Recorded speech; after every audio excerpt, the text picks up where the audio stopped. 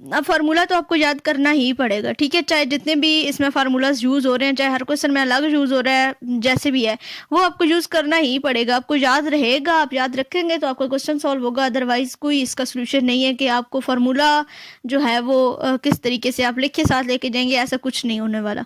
तो आपको फार्मूला याद करना पड़ेगा, हर एक चीज़ को अलग अलग रखें, सबको मिक्सअप करने की नहीं ज़रूरत है। एक नहीं कि आपने बाइसेक्शन मेथड देखा तो नेक्स्ट पे जाके फिर बाइसेक्शन पे कि उसमें तो ऐसे नहीं तो हो रहा। तो ये सारी अलग अलग चीज़ें, अगर ये एक ही चीज़ होती तो अलग अलग देती ना, हमें एक ही जगह लिख दे देते कि हाँ जी इस तरीके से ये सब चीज़ों का ना मेथड एक ही, लेकिन नाम सब मतलब नाम बहुत सारे हैं इसके। तो इस तरह नहीं है, जब हर एक चीज़ का नाम अलग है तो उसको सॉल्व करने का तरीका भी अलग है, उसका फार्मूला भी अलग है, ठीक है। तो इसी तरह से यहाँ पे जब बाइसेक्शन मेथड होगा तो सिंपली शुरू में आपने क्या करना होगा, ये एग्जांपल करते हैं तो फिर आपको ज़्यादा समझ आ जाएगी। फार्मूलाज यहाँ पे मैं आपको बता देती हूँ, x2 का, x3 का, और अगर इससे मज़ीद आगे हमने जाना हो तो फिर हम जो है वो x3 को अगर x1 और x2 हो, ठीक है, इस तरह का रूट हो कि अगर हम जो x0 और x2 को मल्टीप्लाई करने से हमारा ना आ रहा हो आंसर लेस देन 0, तो हम x1 को और x2 को मल्टीप्लाई करेंगे, ठीक है, ये मैं बाद में आपको समझाती हूँ।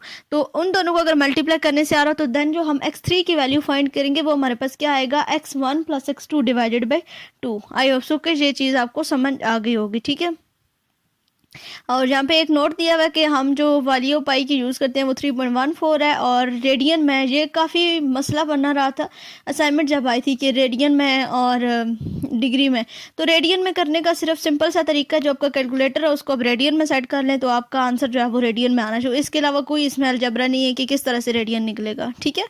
तो एग्जाम्पल देख लेते हैं। यहाँ पे अब आपको देखिए रूट्स दे दिए गए हैं, x=2 है और एक x=4 है, दो रूट्स दिए गए हैं। अब यहाँ से एक आप इसको x0 रख लें और एक को x1 रख लें, ठीक है। फर्स्ट वाला x0 हो जाएगा, सेकंड वाला आपका क्या हो जाएगा, x1 हो जाएगा। सबसे पहले तो आपने क्या करना होता है, जो फंक्शन दिया गया होगा उस फंक्शन में f2 और f4 दोनों को पुट करना है। पुट करने के बाद जो है वो आपका आंसर निकल आएगा, ठीक है।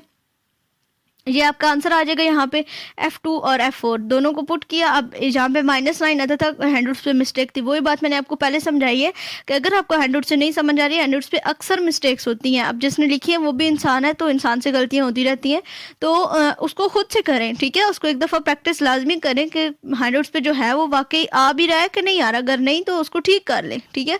यहाँ पे अब 9 था तो मैं इसी को देखती देखती जो है वो रहती कि यहाँ पे 9 कैसे आता है, यहाँ पे भी 9 है, पॉजिटिव है, यहाँ पे भी पॉजिटिव है। तो ऊपर तो इन्होंने बताया था कि एक नेगेटिव और एक पॉजिटिव होगा, तो इसको खुद सॉल्व करें तो आपको पता चलेगा कि यहाँ पे -9 आता है। एक की वैल्यू नेगेटिव, एक की पॉजिटिव होगी, तो देन हम कहेंगे कि रूट्स जो है वो लाई करता है इन दोनों के दरमियान जो हमने फंक्शन यहाँ पे लिए थे। अगर रूट लाई करता है तो फर्स्ट वैल्यू आपकी x0 की हो जाएगी और सेकंड वैल्यू आपकी क्या हो जाएगी, x1 की हो जाएगी, ठीक है। यहाँ से फिर x2 का formula x0 plus x1 divided by 2, यहाँ से आपका क्या निकल आया, x2 निकल आया। देन आप यहाँ पे जो भी वैल्यू आएगी, ज़रूरी नहीं कि यहाँ पे तो अब बाई चांस 3 आ गए ना तो f2 के बाद ऑटोमेटिकली यहाँ पे हमारा f3 आ गया। यहाँ पे जो भी वैल्यू आएगी ना, पॉइंट्स में आए जैसे भी आए, जहाँ पे जो भी वैल्यू आएगी उसको फिर आपने उसी फंक्शन में पुट करना है। फंक्शन को पुट कर लिया। अब ये जो फंक्शन होगा इसको और जो आपने ऊपर वैल्यूज फाइंड की हुई इनमें से यहाँ पे अगर इसकी पॉजिटिव वैल्यू आई है तो ऊपर से एक नेगेटिव वैल्यू को ले लें जो आपने पहले से फाइंड करके रखा हुआ है। अगर यहाँ पे नेगेटिव वैल्यू आती है तो इनमें से किसी एक की जो है वो आप पॉजिटिव वैल्यू ले लें। सिंपल बात समझ आ गई। f2 और f1 को अब यहाँ पे हमने f2 की वैल्यू क्या थी हमारे पास, नेगेटिव में थी ना, -9 थी, और यहाँ पे f3 की वैल्यू हमारे पास क्या है, ये 1 है। दोनों को मल्टीप्लाई किया, लेस देन 0 आंसर है, तो अब रूट लाई करेगा 2 और 3 के दरमियान। बात समझ आ गई। अब x0 की वैल्यू 2 और x1 की वैल्यू आपकी क्या हो जाएगी, 3 हो जाएगी। x3 को आपने फाइंड कर लिया, जहाँ पे x0 plus x1 2 divided by आपका क्या आ जाएगा, 2 आ जाएगा। दोनों को देखिए वही बात। अब यहाँ पे देखिए 2.5 आ गए, तो अब हमने 2.5 यहाँ पे पुट कर दिया, उसी फंक्शन में पुट किया। अब यहाँ पे क्या वैल्यू आई आपकी, नेगेटिव वैल्यू है। अब ऊपर से आप कौन सी वैल्यू लेंगे, जिसकी पॉजिटिव होगी। यहाँ पे देखिए कोई भी ले ले, यहाँ पे जैसे कि हमने f3 फाइंड किया था, तो f2.5 और मतलब इससे एक स्टेप पीछे वाली हमने वैल्यू उठानी होती है। तो इन दोनों को मल्टीप्लाई किया तो लेस देन 0 आंसर, तो अब रूट लाई करेगा इन दोनों के दरमियान। और सिंपली बाकी इसी तरह से कैलकुलेशन आगे चलती रहती है। यहाँ पे इन्होंने डायरेक्ट जो वो टेबल से बना दिए, तो इस तरह से हम इसकी वैल्यूज को फाइंड करते हैं। आई होप सो कि बाइसेक्शन मेथड की आपको समझ आ गई होगी। क्या करना होता है एक दफ़ा फिर से बता देती हूँ कि सबसे पहले जो फंक्शन दिया गया होगा वो हमने पुट करना है, अगर गिवन हो तो, नहीं तो 0 और 1, ठीक है। ये माइंड में रखना है कि 0 और 1। हमने पुट कर दिया, एक की वैल्यू नेगेटिव एक की पॉजिटिव, तो रूट्स इन दोनों के दरमियान लाई करेगा। यहाँ पे जितनी भी इटरेशंस आपको, अगर यहाँ पे 4, 3, 5 जितनी ज़्यादा पेपर में इतनी लेंथी इटरेशंस नहीं दी जाएंगी, यहाँ पे 2 से 3 या 4 हमने इटरेशंस ही फाइंड करनी होंगी। तो ये चीज़ आपने माइंड में रखनी है। आई होप सो कि आप इसकी कन्फ्यूजन आपको दूर होगी कि इसको हमने किस तरह से फाइंड करना है, ठीक है। अगर ये सारे एग्जांपल्स इसी तरह से हैं कि देखिए यहाँ पे all the calculation should be done in radian. तो रेडियन, एक और बात मैं आपको बता दूं कि रेडियन का कब आपसे पूछा जाएगा, जब आपके पास कोई भी एंगल इंक्लूड हो जाएगा, कोई भी आपके पास एक्सपोनेंशियल फंक्शन, कोई भी आपके पास कॉस साइन का फंक्शन यूज हो जाएगा, तो देन उसको जो है वो अपने उस कैलकुलेशंस को रेडियन में करना होगा। आई होप के ये भी चीज़ क्लियर हो गई होगी। बाकी रेडियन यही है कि अपने कैलकुलेटर को रेडियन पे सेट करें, वैसे वो डिग्री में होता है, रेडियन में कर दें तो मामला आपका सॉल्व हो जाएगा। तो बिल्कुल सिंपल उसी तरीके से यहाँ पे आपने पुट करते जाना है वैल्यूज़ को, और एट द एंड आपके पास आंसर जो है वो निकल आएगा। उसके बाद यहाँ पे देखिए, यहाँ पे भी कॉस था तो इसलिए इन्होंने इसको रेडियन में कन्वर्ट किया। उसके बाद रेगुलर फाल्सी मेथड है, मेथड ऑफ फॉल्स पोजीशन। ये भी इसी तरह से है, लेकिन ये है कि यहाँ पे अब हमने क्या करना है कि फार्मूला चेंज करना है। बाइसेक्शन मेथड को अब बेशक आप भूल जाइए, वो भूलना नहीं है कि मतलब पक्के वाला नहीं भूलना। फिलहाल के लिए ये करना है कि अब हम एक अलग चीज़ पढ़ रहे हैं, ठीक है। पहले हम कुछ अलग पढ़ रहे थे, अब कुछ अलग पढ़ रहे हैं, ठीक है। तो लेक्चर नंबर जो 4 है उसमें हमने रेगुलर फाल्सी मेथड और दूसरा नाम मेथड ऑफ फॉल्स पोजीशन, हर चीज़ का दूसरा नाम लाजमी याद रखा करें। पेपर में अक्सर हमें कंफ्यूज करने के लिए इसी तरह के क्वेश्चन पूछे जाते हैं, क्योंकि हम उसका एक नाम तो याद रखते हैं बट दूसरा हमारे माइंड से हो जाता है बाहर। तो फिर इसी तरह का क्वेश्चन अगर आ जाता है तो देन हमारा जो है वो कंसेप्ट आगे का आगे और पीछे का पीछे हो जाता है कि हमने तो ये पढ़ा ही नहीं है, ठीक है। तो हमने ये पढ़ा है जी, मेथड ऑफ फॉल्स पोजीशन भी पढ़ा और रेगुलर फाल्सी मेथड भी हमने इसको पढ़ लिया है। इसका जो फार्मूला है वो आपका ये है, ठीक है। ये फार्मूला अब आपका यूज़ होगा, ये अब रीड करने की ज़रूरत नहीं है, जस्ट हम इसको सिंपली अप्लाई करते जाएंगे। यहाँ पे हम एन की वैल्यूज़ को चेंज करते जाते हैं। सबसे पहले हम 0 पुट करेंगे, 1 पुट करेंगे, 2 पुट करेंगे, जितनी ऑपरेशंस हमने करनी होंगी उस हिसाब से यहाँ पे वैल्यूज़ को पुट करेंगे। अब यहाँ पे भी वही बात है कि अगर आपको दिया जाएगा रूट तो वेल एंड गुड, अगर नहीं दिया जाएगा तो वही 0 और 1 आपने लगाते जाना है और अपने सॉल्यूशंस फाइंड करते जाना है। सबसे पहले जो फंक्शन था उसमें हमने पहले वाला पार्ट को लिया है, उसमें हमने f(2) और f(4) को पुट कर दिया। दोनों को पुट करने के बाद जो है वो क्या आंसर आएगा, देखिए यहाँ पे f(2) पुट किया तो क्या आया आपके पास -9, और f(4) जब हमने पुट किया तो आपके पास क्या आंसर है 29, ठीक है। -9 और 29, तो बात बन गई ना, एक नेगेटिव और एक पॉजिटिव, तो इट्स मीन के रूट्स लाई करेगा 2 और 4 के दरमियान में। अब यहाँ से आगे चलें तो आपकी एक x1 की वैल्यू हो जाएगी और एक आपकी x2 की वैल्यू हो जाएगी, ठीक है। क्योंकि जो फार्मूला है उसमें अब आपका x0 नहीं यूज़ होगा, आपका अब क्या यूज़ होगा, आपका x1 और x2 ही यूज़ होना है। दैट्स वाई अब हमने यहाँ पे x1 की और x2 की वैल्यूज़ को लिया है। तो फर्स्ट अप्रोक्सीमेशन हमने ये लिया, x1 = 2 और x2 = 4। अब x3 यहाँ पे कैसे आया, क्योंकि हमने ये जो हमारा फार्मूला था इसमें हमने n की जगह पे 2 पुट किया। जब n की जगह पे हमने 2 पुट किया तो x2 + 1 क्या आ जाएगा, यहाँ पे आपके पास 3 आ जाएगा, क्योंकि x1 की वैल्यू भी हमारे पास 3 थी, x2 की भी थी और जस्ट x की भी वैल्यूज आ गई थी। दैट्स वाई डायरेक्ट हम तीसरी इटरेशन पे, यानी कि जो x3 है हम उसके ऊपर यहाँ पे आ गए हैं, ठीक है। आगे आ जाएगा आपके पास x2, जहाँ पे xn था ना, तो n की जगह पे 2 पुट किया, देन यहाँ पे भी x2 आ जाएगा, 2 - 1 1 आ जाएगा, यहाँ पे भी 2 आ जाएगा और यहाँ पे आपका 1 आ जाएगा और यहाँ पे आपका x2 आ जाएगा, ठीक है। ये जैसे कि ये आपको फार्मूला पूरा एक बना हुआ दिख रहा है, सिंपल वही यहाँ पे स्टेप। अब यहाँ पे x2 की वैल्यू 4, यहाँ पे x2 - x1 2 - 4 - 2 एंड नीचे fx2, ये आपने निकाला fx2, ये आपका 29 आया था, सॉरी यहाँ पे, और -fx1 जो आपने निकाला है वो आपका क्या आया, -9 आया है, ठीक है। ये आपका यहाँ पे -9 आया था, पुट किया, और fx2 आपके पास क्या था 29 था, तो वो भी आपने पुट कर दिया, तो 4 माइनस सिंपली इसको सॉल्व किया तो ये आपके पास इसका आंसर आ जाएगा, ठीक है। उसके बाद अब fx3 जो है वो उसका यही आंसर हमारा बनता है, इसको पूरे को सॉल्व करने के बाद हमारे पास ये इसका आंसर आ जाएगा, ठीक है। जो हमारा यहाँ पे अब आंसर आया ना ये 2.4736, इसको अब हमने इस फंक्शन में पुट किया, जो फंक्शन हमें दिया गया था ना उसी फंक्शन में fx था, f2 निकला, f4 निकला है। अब जो fx3 था वो हमने फाइंड किया, तो x3 की जो वैल्यू आई है उसको हमने फंक्शन में पुट किया, तो ये हमारे पास आ जाएगा। अब इन्हीं वैल्यूज़ को अब आपने आगे यूज़ करना है, ठीक है। अब fx2 और x3 को मल्टीप्लाई किया तो हमारे पास जो आंसर आता है वो अपोजिट में आता है, मतलब <0 आता है, नेगेटिव आता है।